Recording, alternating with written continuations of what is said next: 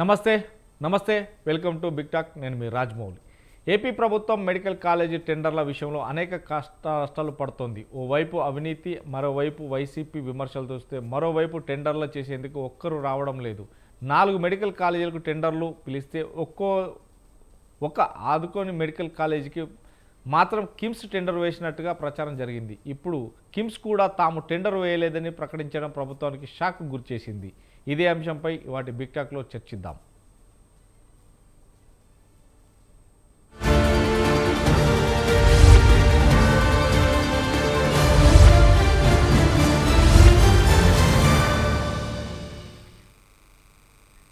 మనతో పాటు బిగ్ టాక్లో పాల్గొన్నారు ఎల్ఎం మోహన్ రెడ్డి గారు, వైసీపీ కార్యదర్శి, అదేవిధంగా కంచెల విజయభాస్కర్ గారు, టీడీపీ రాష్ట్ర నాయకులు, అదేవిధంగా దుదకుంట వెంకటేశ్వర రెడ్డి, బీజేపీ అధికార ప్రతినిధి మనతో జాయిన్ అయ్యారు. ముందుగా దుదకుంట వెంకటేశ్వర రెడ్డి గారు. వినిపిస్తుందండి? క్లారిటీ అండి. మొత్తం మీద ఏదైతే పీపీపీ మోడల్లో మొత్తం మీద ఆంధ్రప్రదేశ్ ప్రభుత్వం ఒకవైపు ముందుకు పోతుంది. నిజంగా పీపీపీ మోడల్లో ప్రజలకు మెరుగైన వైద్యం కావచ్చు, లేదంటే కాలేజీలు కావచ్చు బాగుపడాలంటే పీపీపీ పద్ధతిలో తీసుకురావాలని 8 కాలేజీలకు టెండర్లు పిలిచారు. ఆ 8 కాలేజీలలో ఒకటి మాత్రం ఆల్రెడీ వచ్చారు అని ప్రచారం జరిగింది. కానీ ఇదంతా కూడా వట్టి ప్రచారమే. కావాలనే మా పైన బురద జల్లుతుంది, మమ్మల్ని ఇన్వాల్వ్మెంట్ చేస్తుంది, మాకు ఆ టెండర్కి ఎలాంటి సంబంధం లేదు అంటూ కూడా ఆ మెడికల్కి సంబంధించినటువంటి నేపథ్యం వాళ్ళు చెప్పడం జరిగింది, ఏదైతే హాస్పిటల్కి సంబంధించినటువంటి నేపథ్యం.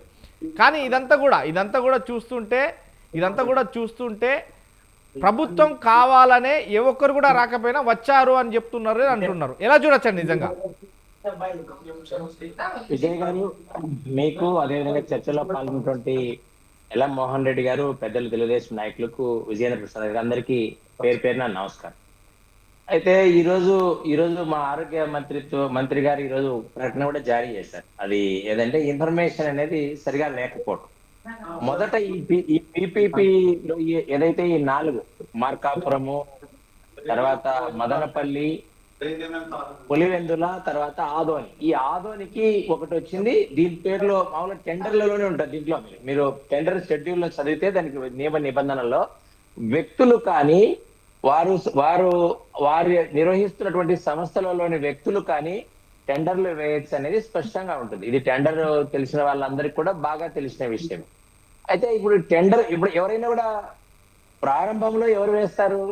వ్యక్తులు వేస్తారు. తర్వాత సొసైటీ తరపున నిర్మాణం అవుతుంది. దాన్ని ప్రైవేట్ లిమిటెడ్ గా కూడా మార్చుకోవచ్చు. తర్వాత నిబంధనల ప్రకారం రిజిస్టర్ ఆఫ్ కంపెనీస్ పద్ధతి ప్రకారం చేసుకోవచ్చు. ఇందులో ఎవరికి అభ్యంతరం ఉండాల్సిన అవసరం లేదు. కిమ్స్ లో పనిచేస్తున్నటువంటి వ్యక్తి డాక్టర్ గా ఉన్నారు. ఆయన కూడా డాక్టర్ వృత్తిలోనే ఉన్నారు. ఏం ప్రైవేట్ గా వేరే సంస్థలు ఎవరో వేరే చిన్న సంస్థల్లో పనిచేసే వాళ్ళు, సంబంధం లేని ఫీల్డ్ వాళ్ళు టెండర్ వేయలేదు. దీన్ని ఏదైతే KIMS Christian institute of medical sciences ఏదైతే ఉందో దానికి సంబంధించిన ప్రచారం జరుగుతున్నప్పుడు వారు దాన్ని ఖండించే ప్రయత్నం చేశారు. వారు ప్రకటన జారీ చేశారు. కాబట్టి ఇందులో అభ్యంతరం ఉండాల్సింది ఎవరికి ఏం లేదు. కాబట్టి ఎవరైతే ఏదైతే షా అనే డాక్టర్ గారు వేశారో వారితో కూడా ప్రభుత్వం మాట్లాడుతుంది. బిల్స్ పిలిచి వారికి యోగ్యత ఉంది, ఆ టెక్నికల్ బెడ్ ఏముంది, తర్వాత సాంకేతికంగా ఏముంది, ఆర్థికంగా ఏముంది, తర్వాత వారు ఏ కోణంలో అయితే మిగతా వారు రాలేదో, మిగతా మూడు వాటికి కూడా రాలేదో వారికి కూడా వైబిలిటీ ఫండ్ గ్యాపింగ్ ఇవ్వడానికి కూడా సిద్ధంగా ఉంది. ఇది మేము తీసుకొచ్చిన విషయం కాదు విజయ్ గారు. దేశవ్యాప్తంగా కేంద్రంలోని మా సాక్షాత్తు మా జాతీయ అధ్యక్షులు జేపీ నడ్డా గారి మంత్రిత్వ శాఖలో ఒక విభాగాన్ని ఏర్పాటు చేశారు ఈ పీపీ విధానం.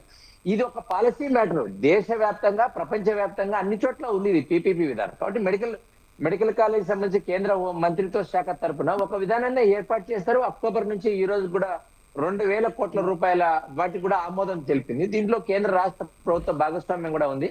ప్రైవేట్ లో ఉండేది ఎందుకంటే జనరల్ గా ప్రభుత్వ ఆసుపత్రులు, ప్రభుత్వ మెడికల్ కాలేజీలు ఎట్లా ఉంటాయంటే కొంచెం శుభ్రం తక్కువగా ఉంటాయి, బాధ్యత రాహిత్యం ఎక్కువగా ఉంటుందన్న విషయం మీద కొంత ప్రజల నుంచి ఎక్కువ కంప్లైంట్లు వస్తున్నాయి. కాబట్టి ప్రభుత్వం ఏదైతే నిర్ణయం తీసుకుందో దాని ప్రకారము ఈ రోజు ప్రైవేట్ టెండర్లకు వెళ్తే శుభ్రత విషయంలో కానీ, వైద్యం కానీ బాధ్యతాయుతంగా జరుగుతుందనేది కేంద్రంలోని భారతీయ జనతా పార్టీ ప్రభుత్వం, ఆంధ్రప్రదేశ్ లోని ఎన్డీఏ ప్రభుత్వం కూడా విశ్వసిస్తుంది. ఇది ప్రపంచవ్యాప్తంగా సక్సెస్ అయింది. ఇది ఒక పాలసీ మ్యాటర్. విజయ్ గారు ఏదైతే ప్రపంచవ్యాప్తంగా భారతదేశంలో కానీ మిగతా అన్ని రాష్ట్రాల్లో నడుస్తుంది పీపీపీ విధానం అంటే ఏంది? మీకు ఎక్కడైతే ప్రభుత్వ భాగస్వామ్యంలో చేయవలసిన పనులు ఉంటే వాటిని చేస్తుంది. ఈరోజు రక్షణ శాఖలో ఏం రక్షణ శాఖ ప్రైవేట్ నుంచి ఆయుధాలు తయారు చేసి ఇస్తున్నారు? ఎవరు కాదన్నారా? లేదు కదా. ఈరోజు ఏదైతే పోలీస్ డిపార్ట్మెంట్ కానీ మిగతా కాల్ సెంటర్ లో నడుస్తున్నాయి కొన్ని డిపార్ట్మెంట్ లో, అవి ప్రైవేట్ సంస్థలే నడుస్తున్నాయి.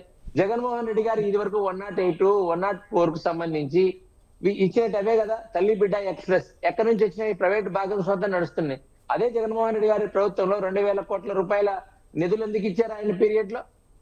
కాబట్టి పబ్లిక్ ప్రైవేట్ భాగస్వామ్యంతో, ఇక్కడ పబ్లిక్ ప్రైవేట్ భాగస్వామ్యము ప్రభుత్వ భాగస్వామ్యం కూడా ఉంటుంది. వాళ్ళు ఓనర్లు కాదు, కంప్లీట్ ప్రైవేట్ కానే కాదు.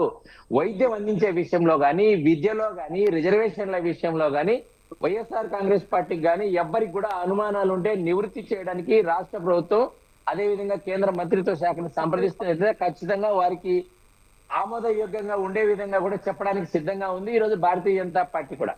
వీరు మాట్లాడుతుంటే టెండర్లో మేము భయపడిచ్చాము, ఎవరు రాలేదని అట్లా చెప్తారు. అది ఎన్ని రోజులు జరిగేదే కాదు. మీరు ఇది వరకు నక్సలైట్ లో ఉండే ప్రాంతంలో మీరు భయపడిస్తే టెండర్లు ఎవరు రారు, టెలికమ్యూనికేషన్ లేదు, ఆర్టీసీ బస్సు పోదు, రోడ్డు వేయరు అంటున్నారు. ఇప్పుడు ఏ స్థితి ఉంది? అట్లా కాదు కదా. ప్రజాస్వామ్యంలో మారింది కదా, మారింది. ఈ రోజు విజయ్ గారు, ఈ రోజు ఆంధ్రప్రదేశ్ లో ప్రాథమిక విద్యలో 100 మంది విద్యార్థులు ఉన్నారు అనుకుంటే 54 మంది విద్యార్థులు ప్రైవేట్ స్కూళ్ళలో చదువుతున్నారు. దీన్ని ఏమనగలము? ఆంధ్రప్రదేశ్ లో 10 లక్షల మంది విద్యార్థులు రాస్తుంటే ఈ రోజు ప్రైవేట్ స్కూళ్ళలో ఉన్నారు. ఇదే సాక్షాత్తు మనం గవర్నమెంట్ అని చెప్తున్నాం. టీచర్ల పిల్లలందరూ కూడా ప్రైవేట్ దానిలో చదువుతున్నారు. ప్రజలకు వాళ్ళ ఇష్టాలు బట్టి ఎక్కడ బాగుంటుందో అక్కడికి వెళ్తారు. ఇవే కాదు, మీరు ఎక్కడన్నా తీసుకోండి, నిమ్స్ తీసుకోండి. ఢిల్లీ నిమ్స్ లో 45 days అపాయింట్మెంట్ అవకాశం ఉంది. అదే విధంగా మీకు మంగళగిరిలో ఉంది. కాబట్టి మంగళగిరిలో కూడా డబ్బులు ఛార్జ్ చేస్తున్నారు. కాదని ఎవరు చెప్పారు? అంటే దేశవ్యాప్తంగా పాలసీ మ్యాటర్లలో అన్ని రంగాలలో కూడా ఈరోజు ఈరోజు అవే చేస్తున్నారు. ఏది చేస్తున్నారు? ప్రజల భాగస్వామ్యం. మీరు ఈరోజు చాలా మనం అందరం మాట్లాడుతుంటాం కదా పెద్ద ఎత్తున. మీరు ఈరోజు సింగరేణి కాలరీస్ ఎట్లా వచ్చింది? సింగరేణి కాలరీస్ లో తెలంగాణ ప్రభుత్వానికి భాగస్వామ్యం ఉంది. కాదని చెప్పండి. ఈ రోజు మనం అదే విధంగా మాట్లాడుతున్నాం. నేషనల్ బ్యాంక్స్, షెడ్యూల్ బ్యాంక్ లో కానీ నేషనల్ బ్యాంక్ లో ఆంధ్ర గ్రామీణ బ్యాంక్ అని ఈ రోజు ఉంది. రాష్ట్ర ప్రభుత్వం వాటా 10% ఉంది అందులో. వారు వ్యవసాయానికి ఇవ్వటం లేదా? డబ్బులు ఇస్తున్నారు కదా.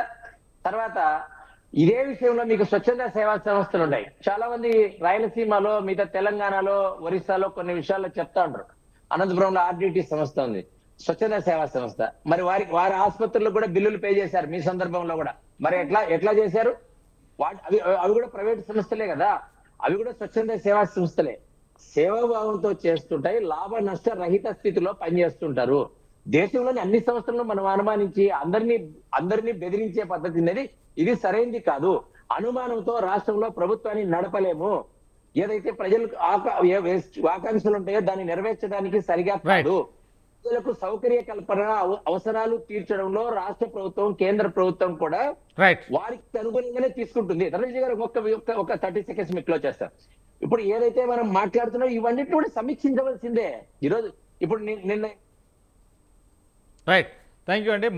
ఆంధ్రప్రదేశ్ రాష్ట్రంలో మెడికల్ కాలేజీలు పీపీపీ మద్దతులో పోతున్న నేపథ్యంలోనే 8 కాలేజీలు టెండర్లకు ఇచ్చిన నేపథ్యం ఉంది. ఆ నేపథ్యంలోనే ఒక కాలేజీని ఆల్రెడీ ఒక హాస్పిటల్కు సంబంధించి టెండర్ వేశారు అని ప్రచారం జరిగినప్పుడు మాత్రం దాన్ని లేదు, ఆ టెండర్ ప్రక్రియలో భాగంగా ఆ హాస్పిటల్కు సంబంధం ఏం లేదు, హాస్పిటల్లో పనిచేసే వ్యక్తే ఆ టెండర్ వేశారు, హాస్పిటల్ అనేది తప్పుడు ప్రచారం, అది క్లారిటీ లేదు అంటూ కూడా ఈరోజు మంత్రి గారు వివరించింది. కానీ నిజంగానే ఆ హాస్పిటల్ పేరును యూజ్ చేశారు కాబట్టే హాస్పిటల్ ఇక వస్తున్నాయి అంటూ చెప్తున్నటువంటి నేపథ్యం ఉంది. ఆ నేపథ్యంలోనే 8 మెడికల్ కాలేజీలకు పీపీపీ మద్దతులో ఖచ్చితంగా అందరూ వస్తున్నారు. దాన్ని ప్రైవేటు పరం కాదు, భాగస్వామ్యంలో ముందుకు పోవాలి. హాస్పిటల్లో వాస్తవానికి ఆరోగ్యరీత్యా కావచ్చు, హాస్పిటల్ బాగోగులు కావచ్చు, లేదంటే ఒక జీవన విధానమే కావచ్చు, ఇవన్నీ కూడా మిగతా రాష్ట్రాలలో ఉన్నాయి. అందుకనే ఈ పీపీపీ మద్దతులో పోతున్నాము అనేది ప్రభుత్వం చేస్తుంది. నిజంగానే ఎలా చూడొచ్చండి మోహన్ రెడ్డి గారు? మీకు ప్యానెల్లో పాల్గొన్న పెద్దలు భాస్కర్ గారికి, అదేవిధంగా వెంకటేశ్వర రెడ్డి గారికి, చూస్తున్న వీక్షకులకు అందరికీ పేరు పేరున హృదయపూర్వకంగా నమస్కారాలు. ఇప్పుడు వెంకటేశ్వర రెడ్డి గారు బాగా నీట్ గా మాట్లాడుతున్నారు, నీట్ గా సమాధానం అయితే చెప్తున్నారు. అసలు విషయాన్ని మనం గుర్తుంచుకోవాల్సిన అవసరం లేదు. ఇది పేద ప్రజలకు సంబంధించిన వ్యవహారం. ఎక్కడెక్కడియో పారిశ్రామికవేత్తలు లేక సింగరేణి మోహన్ రెడ్డి గారు కొద్దిగా సెంటర్కి రారా, రైట్ సైడ్ కొంచెం, లెఫ్ట్ సైడ్. ఓకే. మాట్లాడినప్పుడు అవన్నీ వేరు, ఇది వేరు అవుతుంది అనమాట. అవన్నీ వేరవుతుంది, ఇది వేరవుతుంది. ఇప్పుడు ప్రైవేట్ వ్యవస్థల గురించి మాట్లాడుతూ ప్రైవేట్ స్కూళ్ళలో కానీ ప్రైవేట్ హాస్పిటల్లో కానీ మన వాళ్ళు చదువుతున్నారు, టీచర్లు చదివించుకుంటున్నారు, రకరకాలుగా చెప్పుకుంటూ వస్తున్నారు కదా. ఇప్పుడు ప్రైవేటు అనేది ఎట్లుంటుంది, గవర్నమెంట్ అనేది ఎట్లుంటుంది అనేది మనం తెలుసుకోవాల్సిన అవసరం ఉంది. ఇప్పుడు ప్రైవేట్ నారాయణ స్కూల్ ఉన్నాయి, నారాయణ కాలేజీలు ఉన్నాయి, నారాయణ మెడికల్ కాలేజీలు కానీ, నారాయణ ఇంజనీరింగ్ కాలేజీలు కానీ, నారాయణ కాలేజీలు కానీ, రకరకాలుగా చైతన్య కానీ, ఆ భాష్యం కానీ, రకరకాల ప్రైవేట్ వ్యవస్థలు ఉన్నాయి. ఆ ప్రైవేట్ వ్యవస్థల్లో ఎంత ఫీజులు వసూలు చేస్తున్నారు, ఎంత డిమాండ్ చేస్తున్నారు, ఎంత ఫీజు కట్టకపోతేనో లేక ఆ టయానికి డబ్బులు కట్టకపోతే ఎగ్జామ్ కూడా కూర్చొనికుండా ఉన్నటువంటి సందర్భాలు ఉన్నాయి.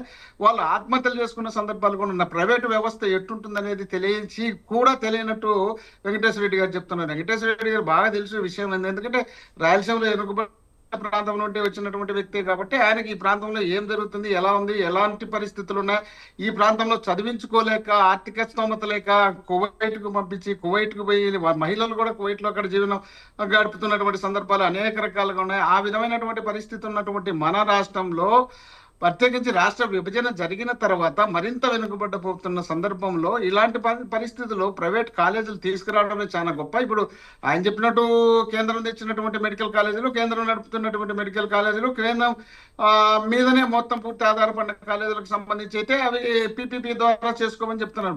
ఇప్పుడు మన రాష్ట్రంలో ఉన్నాయి కదా, గవర్నమెంట్ ఉండేటివన్నీ పీపీపీ ద్వారా నడిపించమనండి, ఎవరు వద్దలేదు కదా. గవర్నమెంట్ లో ఉన్నటువంటి గవర్నమెంట్ హాస్పిటల్ అనంతపురం ఉంది, కడప ఉంది, కర్నూలు ఉంది, ఇవి నడిపిమన్నాడు చూద్దాం ప్రైవేట్ వాళ్ళతో. అవి మాత్రం పట్టించుకోకుండా ఇవి నీట్ గా మెడికల్ కాలేజీలతో పాటు మెడికల్ హాస్పిటల్తో పాటు అన్ని తీసుకొచ్చి పెట్టాలనుకున్నప్పుడు పూర్తి స్థాయిలో అయిపోయిన తర్వాత దాదాపు 7 కాలేజీలు పూర్తి అయిపోయి 5 కాలేజీలు రన్నింగ్ లో ఉండి 10 కాలేజీలు దగ్గర 70%, 30%, 50% అయిపోయినటువంటి ఈ సందర్భంలో మనం దేశపై 1,00,000 కోట్లు విలువ చేసేటివి ప్రైవేటు వ్యక్తులకు అప్పచెప్పి 30 సంవత్సరాలు వాళ్ళకి ఇస్తూ 2 సంవత్సరాలు మనం దాని జీతం ఇస్తూ వాళ్ళకు దాదాపు 140 కోట్లు గవర్నమెంట్ ఇస్తూ ఏంది ఈ అవతారాలు? మనం బిల్డింగ్ ఏంది, మనం స్థలాలు ఇవ్వడం ఏంది, మనం కట్టించడం ఏంది, మనం జీతాలు ఇవ్వడం ఏంది, మనం ప్రైవేటు వ్యక్తుల చేతుల్లో పెట్టడం ఏంది, వాళ్ళు చెప్పినట్టు వినాల్సిన పరిస్థితి ఏంది, మనకంత అవసరం ఏమొచ్చింది? ఇప్పుడు గవర్నమెంట్ ప్రతి దాంట్లో ప్రైవేట్ వాళ్ళని కలుపుకోండి, చేసుకోండి, అభ్యంతరం లే. కానీ ఇలాంటి వాటిల్లో కూడా ప్రైవేట్ వాళ్ళని కలుపుకోవడం, ఇది పీపీపీ పబ్లిక్ ప్రైవేటు ప్రభుత్వం అంటే ఎక్కడ ప్రైవేట్ పబ్లిక్ పబ్లిక్ భాగస్వామ్యం ఉంటుంది? మీకు నాకు భాగస్వామ్యం ఇచ్చారా ఏమన్నా దీంట్లో? ఎవడు పోయినా ఎవడు వచ్చినా దానికి ఇవ్వాల్సినటువంటి బాడిగలు ఇవ్వాలి, దానికి కట్టాల్సినటువంటి వాడిపోయి హాస్పిటల్ టోకెన్ తీసుకోవాలంటే కూడా వీళ్ళు ఈరోజు చెప్తున్నారు ఏదో ఫ్రీగా ఇస్తారని. ఎందుకు ప్రైవేట్ అనే హ్యాండ్ ఓవర్ అయిపోయిన తర్వాత దాని పరిస్థితి ఏందనేది తెలుస్తుంది. వాటిన్నింటిని మనం దృష్టిలో పెట్టుకొని మాట్లాడాలి. కానీ కేవలం మనం ఏదో రాజకీయ పార్టీలలో మనం కలిసి ఉన్నాం కాబట్టి ఇక్కడ ఆయనకు అన్ని తెలుసు. ఎందుకంటే వెంకటేశ్వర రెడ్డి గారికి రాష్ట్ర పరిస్థితి ఏంది, జిల్లా పరిస్థితి ఏంది అన్ని తెలుసు. తెలిసిన తర్వాత కూడా ఆయన ఏమనుకుంటున్నా అంటే ఆ పార్టీలో ఉన్నాం కాబట్టి ఏ తప్పు జరిగినా మనం సపోర్ట్ చేసుకోవాలనే ఉద్దేశంలో భాగంగా చేస్తున్నారు. కిమ్స్ కు సంబంధించి అనంతపురం జిల్లాలో కిమ్స్ సవేరా వాళ్ళు ఒక హాస్పిటల్ నడుపుతున్నారు. వీళ్ళు చెప్పినట్లు ఆ హాస్పిటల్ ఎవరున్నా మరి సిబ్బంది ఎవరిపై చేసుకున్నారో ఏమో తెలియదు, కానీ ఆ సంస్థ అయితే దాంట్లోకి ఇన్వాల్వ్ కాలేదు. జగన్మోహన్ రెడ్డి గారు ముఖ్యమంత్రి అయిన తర్వాత ఖచ్చితంగా వీటిపైన మేము చర్యలు తీసుకుంటామని చెప్పిన తర్వాత ఏ ఒక్కరూ దానికి ముందుకు రావడం లేదు. కారణం ఏంటంటే ఖచ్చితంగా మళ్ళీ జగన్మోహన్ రెడ్డి గారే ముఖ్యమంత్రి అవుతారు. ముఖ్యమంత్రి అయిన తర్వాత ఆయన ఏదో పేద ప్రజల కోసం చేయాలనుకున్నటువంటి ఈ కార్యక్రమాన్ని మనం పోయి అడ్డుపడి మళ్ళీ తర్వాత ఆయన ముఖ్యమంత్రి తను ఇవన్నీ స్టాప్ చేసి ఇక్కడ మనం ఇలా కమిషన్లు ఇవ్వాలా, అక్కడ ఎంతో వర్క్ చేయాలా, ఈ పరిస్థితులన్నీ మనకెందుకనే ఉద్దేశంలో భాగంగా ఎవ్వరు కూడా ముందుకు రావడం లేదు. వీళ్ళు ప్రిస్టేజ్కి పోతున్నారు. వీళ్ళు ప్రిస్టేజ్ పోయి మేము ఎటు తిరిగి మా పంతాన్ని నెరవేర్చుకోవాలనుకుంటున్నారు తప్ప ఇది జగన్మోహన్ రెడ్డి గారు చేపట్టినటువంటి ఈ కార్యక్రమాన్ని మనం దీన్ని కంటిన్యూ చేస్తే ఈ పేరు జగన్మోహన్ రెడ్డి గారికి వస్తుంది. జగన్మోహన్ రెడ్డి గారికి రాకుండా చేయాలంటే వీటిని ఏదో విధంగా డ్యామేజ్ చేయాలనే ఉద్దేశంలో భాగంగా చేస్తున్నటువంటి కుట్ర తప్ప ఇక్కడ ఎవరు పాల్గొనరు, ఎవరు చేయరు. ఖచ్చితంగా దీన్ని గవర్నమెంటే చేయాల్సిన సందర్భం ఉంది, చేయాలి కూడా. చేస్తే పేదవారికి వైద్యంతో పాటు విద్య కూడా అందే అవకాశం ఉంటుంది కదా. ప్రైవేట్ వాళ్ళ దగ్గరికి పోయిన తర్వాత పేదవారికి రిజర్వేషన్లు పెట్టి ఎక్కడ ఇస్తారు, ఎవరు ఇస్తారు? మేనేజ్మెంట్ కోటా పెడతారు, ఇంకోటి పెడతారు, దాని కింద పెట్టేసి మొత్తం పూర్తి వాళ్ళు హ్యాండ్ ఓవర్ చేసుకొని అక్కడ ఈ రకరకాల ఇబ్బందులు గురి చేసే పరిస్థితి వస్తుంది తప్ప ఎటువంటి పరిస్థితుల్లో పేదలకు న్యాయం జరగదు. కాబట్టే మేము ఈ ఉద్యమం చేపట్టాము. ఉద్యమం చేపట్టి దాదాపు 11,04,136 సంతకాలు పెట్టించి తీసుకుపోయి గవర్నర్ గారికి ఇవ్వడం జరిగింది. కాబట్టి వీటిపైన ఇప్పటికైనా ప్రజలు తిరుగుబాటు చేసే పరిస్థితి ఉంది. ప్రజలకు పూర్తి స్థాయిలో ప్రభుత్వం మీద వ్యతిరేకత దీని మీద కనిపిస్తుంది. కాబట్టి దీన్ని ఇప్పటికైనా వాళ్ళు పునఃపరిశీలన చేసుకొని ఖచ్చితంగా దాని పెద్ద మనం పెట్టిన యోగాకు పెట్టిన దాదాపు 300 యోగాంధ్రాన్ని 330 కోట్లు పెట్టాం. దాంట్లో 330 కోట్లు పెడితే ఒక కాలేజ్ అవుతుంది. ఇప్పుడు మనం ఏదో గోదావరి పుష్కరాల కోసం 2,000 కోట్లు పెడతాం. 2,000 కోట్లు పెడితే దాని ఈ కార్యక్రమం పూర్తి అయిపోతుంది దాదాపు. అలాంటివి దాన్ని వదిలిపెట్టి మనం ఏదేదో దేనికో ఖర్చు పెట్టుకుంటూ వచ్చి మా దగ్గర మేము డబ్బులు పెట్టలేమనే పరిస్థితి తీసుకొచ్చి రాష్ట్రంలో ఉన్నటువంటి ప్రజలకు మేలు చేయాలనుకున్నటువంటి ఆలోచనను ఎందుకు డైవర్ట్ చేయాల్సిన పరిస్థితి వచ్చింది? మా మీద కసితోనో మా మీద కోపంతోనో రాష్ట్రంలో ఉన్నటువంటి దాదాపు 10,000 పైబడి సచివాలయాలన్నింటినీ మూసేసే పరిస్థితి తీసుకొచ్చి దాంట్లో సిబ్బంది ఉన్నటువంటి వ్యక్తులను వాళ్ళను కూడా వేరే డిపార్ట్మెంట్ కి ట్రాన్స్ఫర్ చేసేపోయి కింది స్థాయి నుండి ప్రజలకు మేలు జరుగుతున్నటువంటి ఈ సందర్భాన్ని ఏదో విధంగా జగన్మోహన్ రెడ్డి గారికి పేరు రాకూడదనే ఉద్దేశంలో భాగంగా వాటికి కలర్లు మార్చాలనే ఉద్దేశంలో వీళ్ళు పెట్టుకొని రకరకాలుగా ప్రయత్నాలు చేస్తున్నారు. ఈ ప్రయత్నాలు మంచిది కాదు. మంచి చేయాలనుకున్నప్పుడు మంచి చేయండి. మీరు మేము చేసినట్టు మంచి కార్యక్రమాలు ఏమైనా దాని పేర్లు మార్చుకొని ఇస్తున్నారు, ఇవ్వండి, వద్దలేదు. మీరు పేర్లు మార్చుకొని వద్దలేదు, కానీ దాన్ని అమలు చేయండి. అమలు చేయకుండా మీ ఇష్టం వచ్చినట్టు, మీకు నచ్చినట్టు, మీకు కావాల్సినట్టు మీరు చేసుకుంటా పోతే ప్రజల తిరుగుబాటు వస్తుంది. ఇప్పుడు మీరు ప్రజలు ఎట్టు తిరిగి మాకు ఓటేసి గెలిపించలేదు, మేము చేయాల్సింది చేసుకున్నాం, మేము అబద్ధాలు చెప్పినాం, మేము జగన్మోహన్ రెడ్డి గారిని డైవర్ట్ చేసినాం, ప్రజల్లో నుండి జగన్మోహన్ రెడ్డి గారిని డైవర్ట్ చేసి గెలిచినాం, ఆ ప్రజలు మమ్మల్ని నమ్మలేదు కదా, ఈ ప్రజలకు మనమేం సేవ చేయాలనే ఆలోచన ఉన్నట్టు అనుకుంటున్నారు జనాలు. దాన్ని మనం దృష్టిలో పెట్టుకోవాల్సిన అవసరం ఉంది. మన ఇష్టం వచ్చినట్టు మనమే నిర్ణయించుకొని మన ఇష్టం వచ్చినట్టు మనమే పరిపాలన సాగిస్తామంటే ప్రజలు ఒప్పుకునే పరిస్థితి లేరు. కాబట్టి దయచేసి ఇప్పటికైనా వాటిని డ్రాప్ చేసుకునే కార్యక్రమం చేసి ప్రైవేట్ పరం చేయకుండా గవర్నమెంట్ నడిపించే కార్యక్రమం చేయండి. ఇది పెద్ద ఖర్చుతో కూడుకున్నటువంటి వ్యవహారం కాదు. ఇది మనం అనుకుంటున్నటువంటి 2 లక్షల కోట్ల రూపాయలు, దాదాపు ఇప్పటికే 2,70,000 కోట్ల రూపాయలు అప్పులు చేసినాం. దాని మీద రాజధాని పేరు మీద పెట్టుకుంటున్నాం. దానికి ఏం జరుగుతుందో తెలియదు, ఎంత జరిగిందో తెలియదు. దాంట్లో కేవలం 500 కోట్లు 600 కోట్లు పెడితే ఇది పూర్తి అయిపోయేదానికి ఎందుకు అనవసరమైన టార్చర్లు టెన్షన్లు పడి చేయాల్సిన అవసరం ఉంది? దానికి మనం ప్రిస్టేజ్ కోసం దాన్ని డ్యామేజ్ చేయాలనే ఆలోచన తీసుకోవడమే తప్పు ఉంటుంది. అలాంటి తప్పు చేయకుండా పేదవారికి మేలు జరిగే కార్యక్రమం చేయమని మనం చేస్తున్నాం. రైట్. ఇంకోండి మరొక చిన్న మొత్తం మీద ఆంధ్రప్రదేశ్ రాష్ట్రంలో మెడికల్ కాలేజీలకు సంబంధించిన పీపీపీ మోడల్లో కొత్త రగడ నేపథ్యం అయితే పంచుకున్నట్టు తెలుస్తుంది. ఇటు వైసీపీ అటు టీడీపీ ఉమ్మడి ప్రభుత్వానికి సంబంధించినది ఏదైతే ఉందో ఈ కూటమి ప్రభుత్వానికి సంబంధించి ఇప్పటికే ఎక్కడ కూడా రాకుంటే వచ్చాయని, ఎక్కడ టెండర్ రాకున్నా కానీ వచ్చాయని ఆ హాస్పిటల్కి సంబంధించినటువంటి నేపథ్యాన్ని ముందుకు పెడుతున్నారని చెప్తున్నారు. ఇక విజయభాస్కర్ గారు, గుడ్ ఈవినింగ్ అండి. ఇప్పుడు పబ్లిక్ ప్రైవేట్ పార్ట్నర్షిప్ కింద ఈ మెడికల్ కాలేజీలకు సంబంధించి అధికారిక ప్రకటన విజయభాస్కర్ గారు అదే అడగాలనుకున్నారు. మీ పేరు దిగగానే మీరు వచ్చారు కానీ పర్లేదు. ఏదైతే మెడికల్ కాలేజీలకు టెండర్ల ప్రక్రియ ప్రారంభమైన నేపథ్యంలో ఎవరు చేయకున్నా కానీ ఒక కాలేజీ ముందుకు వచ్చిందని ఆ కాలేజీ పేరును బయటికి తీసుకురావడం, ఆ కాలేజీలకు సంబంధించి ఒక ఏదైతే ఆందోళనలో మెడికల్ కాలేజీకి సంబంధించి ఒక హాస్పిటల్ పేరు బయటికి తీసుకురావడం, హాస్పిటల్ వేసింది అని చెప్పడం. కానీ ఆ హాస్పిటల్ వాళ్ళు మాత్రం మేము ఎక్కడ ఏ టెండర్లో పాల్గొనలేరు, మా ఎక్కడైతే హాస్పిటల్లో పనిచేసేటువంటి డాక్టర్ వేస్తే అది హాస్పిటల్ వేసినట్టు కాదు కదా, ఇది ఎందుకు అన్నారు. దాన్ని మళ్ళీ ప్రభుత్వంలో ఈరోజు చెప్పినమాట అందులో చేసే డాక్టర్ వేసాడు కానీ ఆ హాస్పిటల్కు దీని టెండర్కు సంబంధం ఏం లేదు, ఒక వ్యక్తిగా వేసాడు అంటున్నాడు. నిజంగా ఒక ప్రభుత్వం అలా ఒక హాస్పిటల్ పేరు వాడడం కానీ లేకపోతే ఇలా చేయడం కానీ ఎంతవరకు కరెక్ట్ అనేది ఇక్కడ వైసీపీ నిలదీస్తుంది. ఏంటండి సమాధానం? ఇప్పుడు ఈ పబ్లిక్ ప్రైవేటు పార్ట్నర్షిప్ విధానంలో మెడికల్ కాలేజీల నిర్మాణం జరుగుతుంది అనే ప్రకటన కూటమి ప్రభుత్వం ఎప్పుడైతే జారీ చేసిందో అధికారికంగా, ఉమ్, ఆ రోజు నుంచి ఒక పథకం ప్రకారం, అంటే వాళ్ళ హయాంలో బీజేపీ ప్రభుత్వం, అక్కడ ఎన్డీఏ ప్రభుత్వం, మోడీ గారి ఆధ్వర్యంలో నడిచే ఎన్డీఏ ప్రభుత్వం ఈ మెడికల్ కాలేజీలు మంజూరు చేసింది. అయితే ఆ గైడ్ లైన్స్ ప్రకారం సకాలంలో వాళ్ళు పూర్తి చేయలేకపోయారు. వాళ్ళు నిధులు ఇచ్చారు, సమయం ఇచ్చారు. అంటే సమర్థతతో ఆ ప్రభుత్వం ఆ రోజు రాష్ట్రంలో నిర్వహించలేకపోయింది, పూర్తి స్థాయిలో నిర్వహించలేకపోయింది. అరకొరగా మాత్రమే ఏర్పాట్లు చేసింది. చాలా కట్టడాలు మొండిగోడలుగా ఉన్నాయి.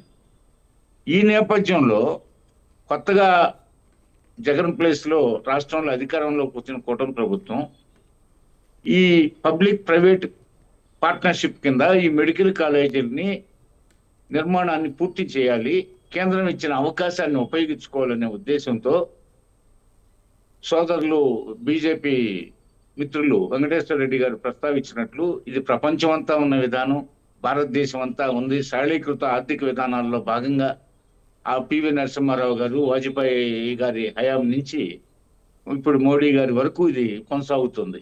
ఆశ్చర్యం ఏం లేదు.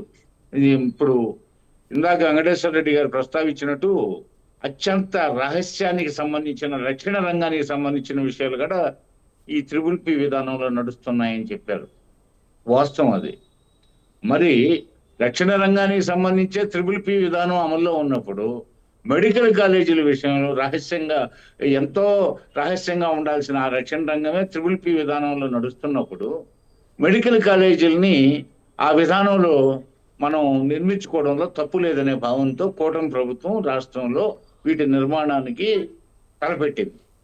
అందులో భాగంగా ముందు 4 మెడికల్ కాలేజీలకు సంబంధించి బిడ్ టెండర్ ప్రక్రియకి ప్రకటన జారీ చేసింది. ఈ 4 మార్కాపురం, మదనపల్లి, పులివెందుల, ఆదోని. అయితే ఇప్పుడు ఆదోని మెడికల్ కాలేజీకి సంబంధించి ఒక టెండర్ దాఖలైంది. దాఖలైన మాట వాస్తవం కాదా? టెండర్ దాఖలైంది. అది ఎవరు దాఖలు చేశారనేది అప్రస్తుతం అక్కడ. అంటే అక్కడ కమ్యూనికేషన్ గ్యాప్ అని చెప్పి సాక్షాత్తు కూటమి ప్రభుత్వానికి చెందిన ఆంధ్రప్రదేశ్ ఆరోగ్య శాఖ మంత్రి సత్యకుమార్ గారు అధికారికంగా ప్రకటించారు. చిన్నపాటి కమ్యూనికేషన్ గ్యాప్తో అదే కిమ్స్ హాస్పిటల్లో పనిచేసే షా గారు అది టెండర్ దాఖలు చేశారు. ఆ హాస్పిటల్లో పనిచేస్తున్న డాక్టర్ కాబట్టి అది కిమ్స్ వాళ్ళు ఇది దాఖలు చేశారని చిన్నపాటి కమ్యూనికేషన్ గ్యాప్ వల్ల ఆ చిన్నపాటి పొరపాటు జరిగిందని. ఎవరు దాఖలు చేస్తే ఏంది? ఎవరైనా దాఖలు చేసుకోవచ్చు. ఇది ప్రజాస్వామ్య ప్రభుత్వం కాబట్టి ఎవరైనా దాఖలు చేసుకోవచ్చు. నాట్ ఓన్లీ కిమ్స్, ఎవరైనా దాఖలు చేసుకోవచ్చు. అదేముంది, దాన్ని పెద్ద రగడ చేయాల్సిన పని ఏముంది? పొరపాటు, అది చిన్నపాటి పొరపాటు. పైగా హాస్పిటల్లో పనిచేసే డాక్టర్ కాబట్టి అలా భావించారు అంతే. ఇంకా అంతకు మించి ఏముంది అక్కడ ఏమి తప్పిదం జరిగింది, ఏమి గౌరవం జరిగింది, ఏమి నష్టం వచ్చింది ప్రజలకు కానీ ప్రభుత్వానికి కానీ? ఏం నష్టం వచ్చింది? అక్కడ జస్ట్ కిమ్స్ యాజమాన్యం తీసుకుంటుందా అన్నారు. కాదు, అందులో పనిచేసే డాక్టర్ వేసింది వ్యక్తిగతంగా కానీ, ఒక సంస్థ తరఫున కానీ, ఒక స్వచ్ఛంద సంస్థ తరఫున దాఖలు చేయొచ్చు, ఒక లిమిటెడ్ కంపెనీగా చేసుకోవచ్చు, లేదంటే ఒక వ్యక్తులు దాఖలు చేసుకోవచ్చు. అది తర్వాత అది రాష్ట్ర ప్రభుత్వం ఇష్టం. బిడ్డు దాఖలు చేసినంత మాత్రాన ఇప్పుడు టెండర్ ప్రక్రియలు మనం ఇంజనీరింగ్ డిపార్ట్మెంట్కి సంబంధించి చూస్తున్నాము. అదేవిధంగా అనేక ప్రముఖ దేవాలయాలకు సంబంధించి చూస్తున్నాము. వాళ్ళు టెండర్ రద్దు చేసే విధానం రాష్ట్ర ప్రభుత్వం డిస్క్రిషనరీ పవర్స్ మీద ఆధారపడి ఉంటుంది. అదేవిధంగా సమర్థత లేదనుకోండి షా గారికి, అది రాష్ట్ర ప్రభుత్వం చూసుకుంటుంది. దాఖలైంది, టెండర్ దాఖలైంది అంతవరకే. ఇప్పుడు ఆయన సమర్థత ఎంత, పోతే ఆయన పెట్టుబడి ఎంతవరకు పెట్టగలడు, పోతే ఆయన యొక్క సీనియారిటీ ఏంటి, పోతే ఆయన నిర్వహించే శక్తి ఉందా లేదా, ఈ ఇన్స్ and outs of the problem అన్ని రాష్ట్ర ప్రభుత్వానికి సంబంధించిన వైద్య ఆరోగ్య శాఖ ఉన్నతాధికారులు పర్యవేక్షిస్తారు. దానికి సంబంధించి రాష్ట్ర ప్రభుత్వ పెద్దలకి సమాచారం ఇస్తారు. ఆ తర్వాత వాళ్ళు నిర్ణయం తీసుకుంటారు, ఆయనకి ఇవ్వాలనా లేకపోతే మరలా టెండర్ని పొడిగించాలనా. టెండర్ ప్రక్రియను పొడిగించే అధికారం రాష్ట్ర ప్రభుత్వానికి ఉంటుంది. పోతే జగన్మోహన్ రెడ్డి ప్రభుత్వ హయాంలో మంజూరైన ఇవి పూర్తి కాకుండా అర్ధాంతరంగా ఆగిపోయి పోతే కేంద్ర ప్రభుత్వం ఇచ్చిన అవకాశాన్ని ఉపయోగించుకోలేకపోయామనే బాధాతత్వ హృదయంతో కూటమి ప్రభుత్వం ఈ బరువు బాధ్యతను నెత్తినెక్కించుకుంది. అయితే ఎలాగూ మనకి వైద్య అవసరాలకి హాస్పిటల్స్ అవసరం కాబట్టి ఈ వచ్చిన సువర్ణ అవకాశాన్ని ఈ పద్ధతిలో ఉపయోగించుకోవాలనుకుంటే మొదటి నుంచి ఒక దుష్ప్రచారం స్టార్ట్ చేశారు. అసలు ప్రైవేటైజేషన్ కి PPP విధానానికి తేడా లేకుండా అంటే తేడా ఉందని తెలుసు, కానీ వాటిని మభ్యపెట్టి రాష్ట్ర ప్రజల్లో ఒక నేలాపనంద వేసేస్తే ఏదో జరిగిపోతుంది, ఈ కూటమి ప్రభుత్వం ఏదో ప్రజలను మభ్యపెడుతుంది, ప్రతిపక్షాన్ని మభ్యపెడుతుంది అని నమ్మించడానికి ఇప్పుడు జగన్మోహన్ రెడ్డి గారి ప్రైవేటైజేషన్ కి PPP విధానానికి తేడా తెలియదా? ఆయన ఒక రాష్ట్ర ముఖ్యమంత్రిగా చేశాడు కదా, 5 years ఎంపీగా చేశాడు కదా, ఇప్పుడు ఎమ్మెల్యేగా ఉన్నాడు కదా, ఒక రాష్ట్ర పార్టీ పెద్ద కదా ఆయన, మరి వాళ్ళ నాన్నగారు ముఖ్యమంత్రి చేశాడు కదా, అన్ని తెలుసు. కానీ ఒక దుమ్మెత్తిపోయడం అన్నమాట. అమ్మో అమ్మేస్తున్నారు, ఇది ప్రైవేటైజ్ చేస్తున్నారు, అమ్మేస్తున్నారు అని చెప్పి. అసలు ఆ రోజుల్లో వాజ్పేయి గారు, అద్వానీ గారు ఉన్నప్పుడు బీజేపీ మాకు అలయన్స్ ఉన్న రోజుల్లోనే, పాత రోజుల్లో ఎన్టీ రామారావు గారితో అలయన్స్ ఉన్న రోజుల్లోనే మేము ఈ క్యాపిటేషన్ ఉద్యమాన్ని లేవదీశాం. మేము 32 విద్యార్థి యువజన సంఘాలను కలుపుకొని, అందులో వామపక్షాలు కూడా ఉన్నాయి మాతో, అన్ని పార్టీలకు సంబంధించి ఆ రోజు కాంగ్రెస్ ప్రభుత్వానికి వ్యతిరేకంగా నేదురుమల్లి జనార్దన్ రెడ్డి ముఖ్యమంత్రిగా ఉన్నప్పుడు బ్రహ్మాండమైన క్యాపిటేషన్ ఉద్యమం ఆ రోజు 94 డిసెంబర్లో జరిగిన శాసనసభ ఎన్నికల్లో తెలుగుదేశం పార్టీ ముఖ్యంగా తీవ్రమైన మెజార్టీతో గెలవడానికి ప్రధాన కారణాల్లో 2 కారణాలు: సారాయి ఉద్యమం, రెండోది క్యాపిటేషన్ ఉద్యమం. ఈ 2 బలంగా పనిచేసాయి అనమాట. కాంగ్రెస్ పార్టీకి 294 సీట్స్ ఉమ్మడి రాష్ట్రంలో ఓన్లీ 26 సీట్స్ కాంగ్రెస్ పార్టీ పరిమితమైంది. కాంగ్రెస్ ఇతర పార్టీలన్నిటికీ 268 సీట్లు వచ్చాయి. అందులో 6 సీట్లు మజ్లిస్కు పోను, మిగతాయన్ని గ్రాండ్ అలయన్స్ బీజేపీ ఉభయ కమ్యూనిస్ట్ పార్టీలతో తెలుగుదేశం కుదుర్చుకున్న అలయన్స్ కి అన్ని సీట్లు వచ్చిన పరిస్థితి ఉన్నాయి. మేము క్యాపిటేషన్ ఉద్యమం నడిపిన ఘన చరిత్ర ఆ రోజు మాకు ఉంది. మరి ఈ పరిస్థితుల్లో మేము తప్పు చేయము. అందులో కూటమి పార్టీ మాది, అందులో జనసేన ఉంది, బీజేపీ ఉంది. కాబట్టి మేమంతా చర్చలు చేసిన తర్వాతనే, పైగా మా ఎన్డీఏ ప్రభుత్వమే అక్కడే ఉంది కేంద్రంలో, పైగా వారు మంజూరు చేసిన గతంలో జగన్మోహన్ రెడ్డి హయాంలో. మరి వచ్చిన సువర్ణ అవకాశాన్ని జగన్మోహన్ రెడ్డికి ఎన్డీఏకి సంబంధం లేదు. అయినా మోడీ గారు పెద్ద మనస్తత్వంతో ఆయన రాష్ట్రాన్ని వైద్యపరంగా వృద్ధిలోకి తేవాలనే ఉద్దేశంతో ఇచ్చిన అవకాశాన్ని జగన్మోహన్ రెడ్డి ఉపయోగించుకోలేకపోయిన చేతగానితనాన్ని మాత్రము వాళ్ళు బయట పెట్టుకోరు. ఎంతసేపటికి ఈ మెడికల్ కాలేజీలు మేము తలకెత్తుకొని వీటన్నిటిని జగన్మోహన్ రెడ్డి వదిలేసిన వాటన్నిటిని మేము పూర్తి చేయాలనే ఉద్దేశంతో మేము PPP విధానాన్ని ఎంపిక చేసుకొని, ప్రపంచం అంతా ఉంది, భారతదేశంలో కూడా ఇది సక్సెస్ఫుల్ ఫార్ములా అనే ఉద్దేశంతో మేము ఇది తలకెత్తుకుంటే, ఈ ప్రైవేటైజేషన్ కి PPPకి ఉన్న డిఫరెన్స్ తెలిసి కూడా దీన్ని మసిపూసి మారేడుకాయ చేసి ఒక దుష్ప్రచారం కార్యక్రమం మొదలుపెట్టి మరి ఈ విధంగా మా మీద బురద చల్లడం సహేతుకం అని చెప్పి నేను ప్రశ్నిస్తున్నాను. అదేవిధంగా ఈరోజు యాజమాన్యం ఎవరైతే బిడ్డ దాఖలు చేసిన తర్వాత వాళ్ళకున్న సమర్థతని, వారు ఎంతటి వారైనా సరే, కొత్తవారు కావచ్చు, పాతవారు కావచ్చు, ప్రతిష్టాత్మక సంస్థలు కావచ్చు, అన్ని రాష్ట్ర ప్రభుత్వ వైద్య ఆరోగ్య శాఖ ఉన్నతాధికారులు క్షుణ్ణంగా వీటన్నిటిని అధ్యయనం చేస్తారు. అధ్యయనం చేసి వీటిలో లోతుపోతుల్ని చర్చించి ఇవ్వదగ్గవారా కాదా అని చెప్పి నిర్ణయం తీసుకునే అధికారం రాష్ట్ర ప్రభుత్వానికి ఉంది. అదేవిధంగా టెండర్ ప్రక్రియని పొడిగించే అధికారం రాష్ట్ర ప్రభుత్వానికి ఉంది. టెండర్ ప్రక్రియని అవసరమైతే 1, 2, 3 సార్లు టెండర్స్ పిలిచే అవకాశాలు ఉంటాయి. ఇన్ని రకాలుగా అవకాశం ఉంది. కాబట్టి మేమేదో ఓడిపోయాము, మేము విజయం సాధించాము, మా దెబ్బకు భయపడి పారిపోతున్నారు, ఎవరు భయపడి రావట్లేదని జగన్మోహన్ రెడ్డి గారు, మొన్న ఇంత పెద్ద పదవులు అధిష్ఠించిన జగన్మోహన్ రెడ్డి గారు పోతే 2 రోజుల్లో నేను అధికారంలోకి వచ్చిన తర్వాత 2 రోజుల్లో మిమ్మల్ని అందరిని అరెస్ట్ చేస్తానని చెప్పి ఆ విధంగా ఆయన ప్రకటన చేయడం సమంజసం అని చెప్పేసి నేను ప్రశ్నిస్తున్నాను. మరి అది ఆ విధంగా ఆయన మాట్లాడడం సహేతుకమా? ఒక రాష్ట్ర ముఖ్యమంత్రిగా చేసి ఒక రాష్ట్ర పార్టీకి అధ్యక్షుడిగా ఉన్నవాడు ఏంటి బెదిరింపులు? కంపెనీలు వస్తా ఉంటే, సాఫ్ట్వేర్ కంపెనీలు తండోపతండాలుగా రాష్ట్రానికి రావడానికి ప్రయత్నం చేస్తుంటే వాళ్ళని మొదట్లో భయపెట్టాడు మేము అధికారంలోకి వచ్చిన మొదట్లో. ఆ తర్వాత వాళ్ళకి అన్ని నచ్చజెప్పి వాళ్ళకి ధైర్యాన్ని సమకూర్చి తర్వాత మళ్ళీ nook and corners of the world, thousands of people has come to Visakha summit. వాళ్ళని బెదిరించాడు. అయినా కూడా వాళ్ళు మేము ఇచ్చినటువంటి భరోసాతో వాళ్ళు ఇక్కడ ఎంఓయూలు కుదుర్చుకుంటే వాళ్ళందరినీ నేను అధికారంలోకి వచ్చిన తర్వాత మీ కంపెనీలని వెనక్కి పంపిస్తాను, మీ అంతా చూస్తానని వాళ్ళని బెదిరిస్తాడు. Right. పోలీసు వాళ్ళని ఆయన టూర్లకు పోయినప్పుడు పోలీసు వాళ్ళు బట్టలు వడదీసి, నగ్నంగా బట్టలు వడదీసి ప్రజా కోర్టులో వాళ్ళని కోడలతో కొట్టిస్తానంటాడు. ఏంటండి ఈ భాష ఏంటి? అసలు ఆలోచన విధానం ఏంటి? యాంటీ సోషల్ ఎలిమెంట్స్ ఏ విధంగా ఉంటారు? Right, తుపాకీ భాస్కర్. పట్టినోడేనా యాంటీ సోషల్ ఎలిమెంట్? తుపాకీ పట్టినోడేనా చంద్రబాబు గారు యాంటీ సోషల్ ఎలిమెంట్?